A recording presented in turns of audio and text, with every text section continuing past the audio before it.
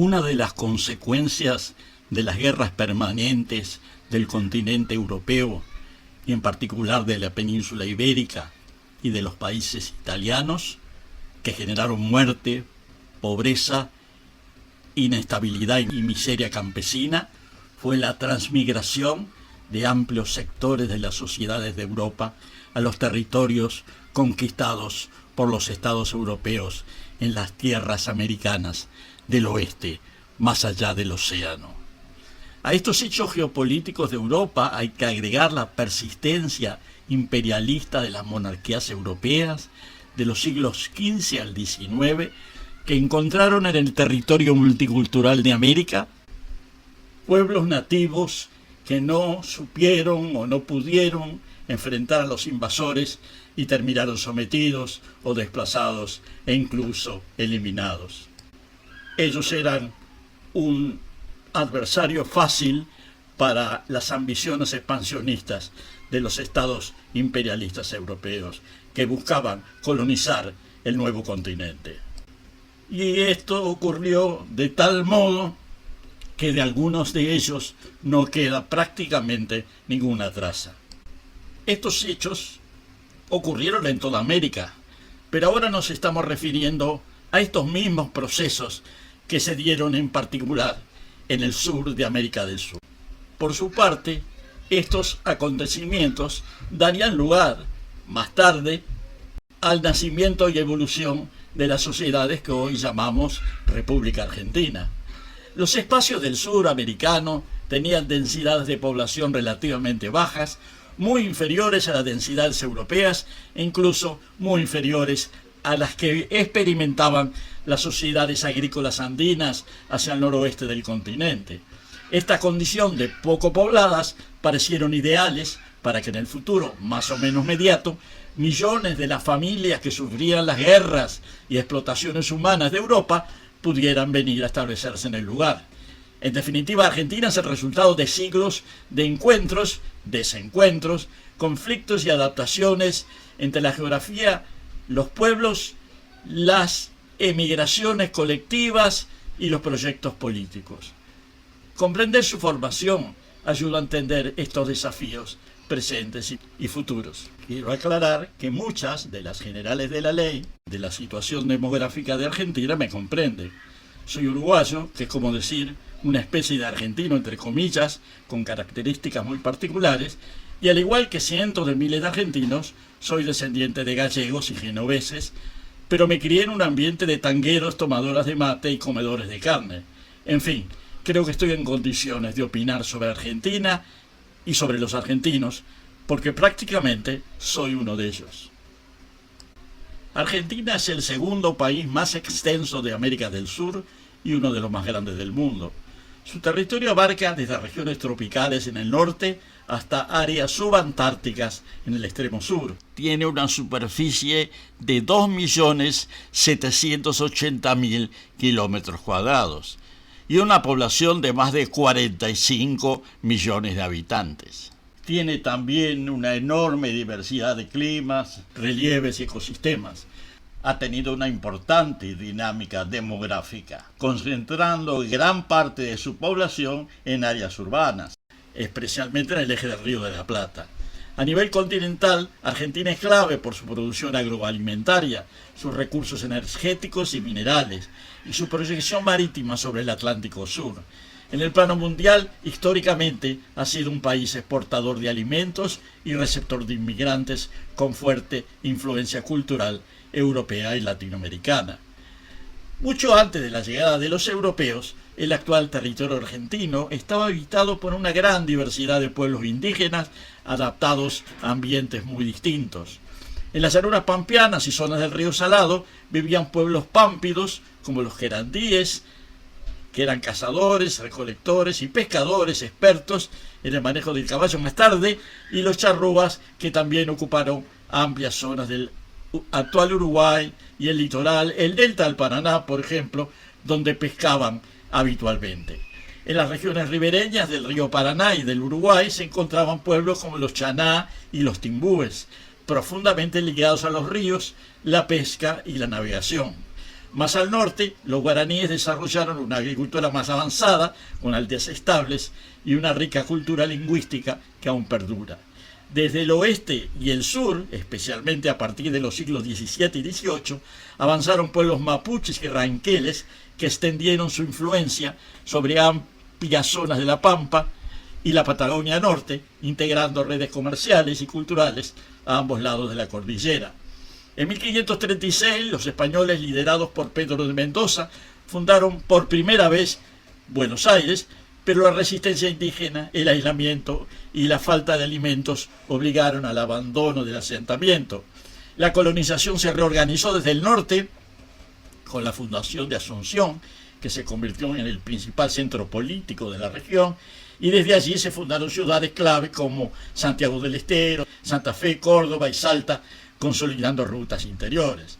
En 1580, Juan de Garay refundó Buenos Aires, que lentamente comenzó a adquirir importancia como puerto.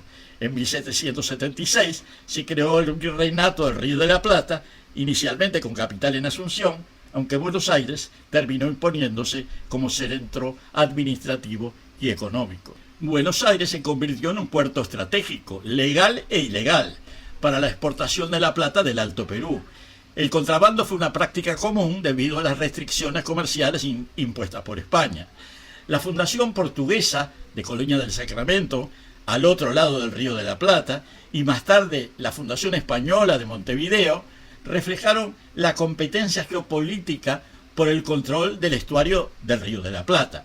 Montevideo llegó a disputar protagonismo portuario y militar con Buenos Aires.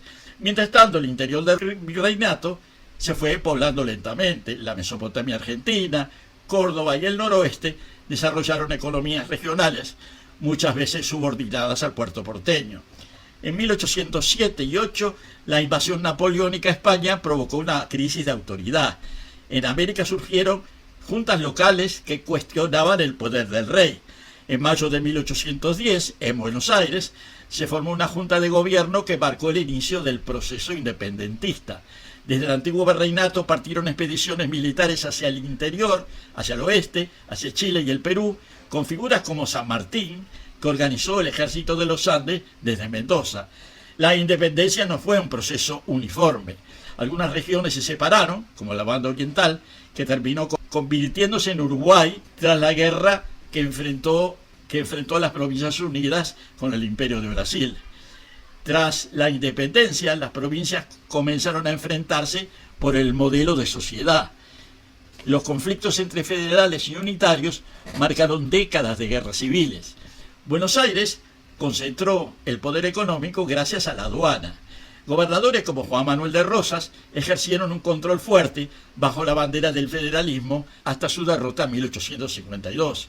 En 1853 se sancionó la Constitución Nacional, pero Buenos Aires permaneció separada hasta que Bartolomé Mitre logró la unificación definitiva de la República Argentina en 1861 y 62. Durante las presidencias de Sarmiento, Avellaneda y otros, Argentina recibió millones de inmigrantes europeos que poblaron ciudades y zonas rurales, transformando profundamente la sociedad.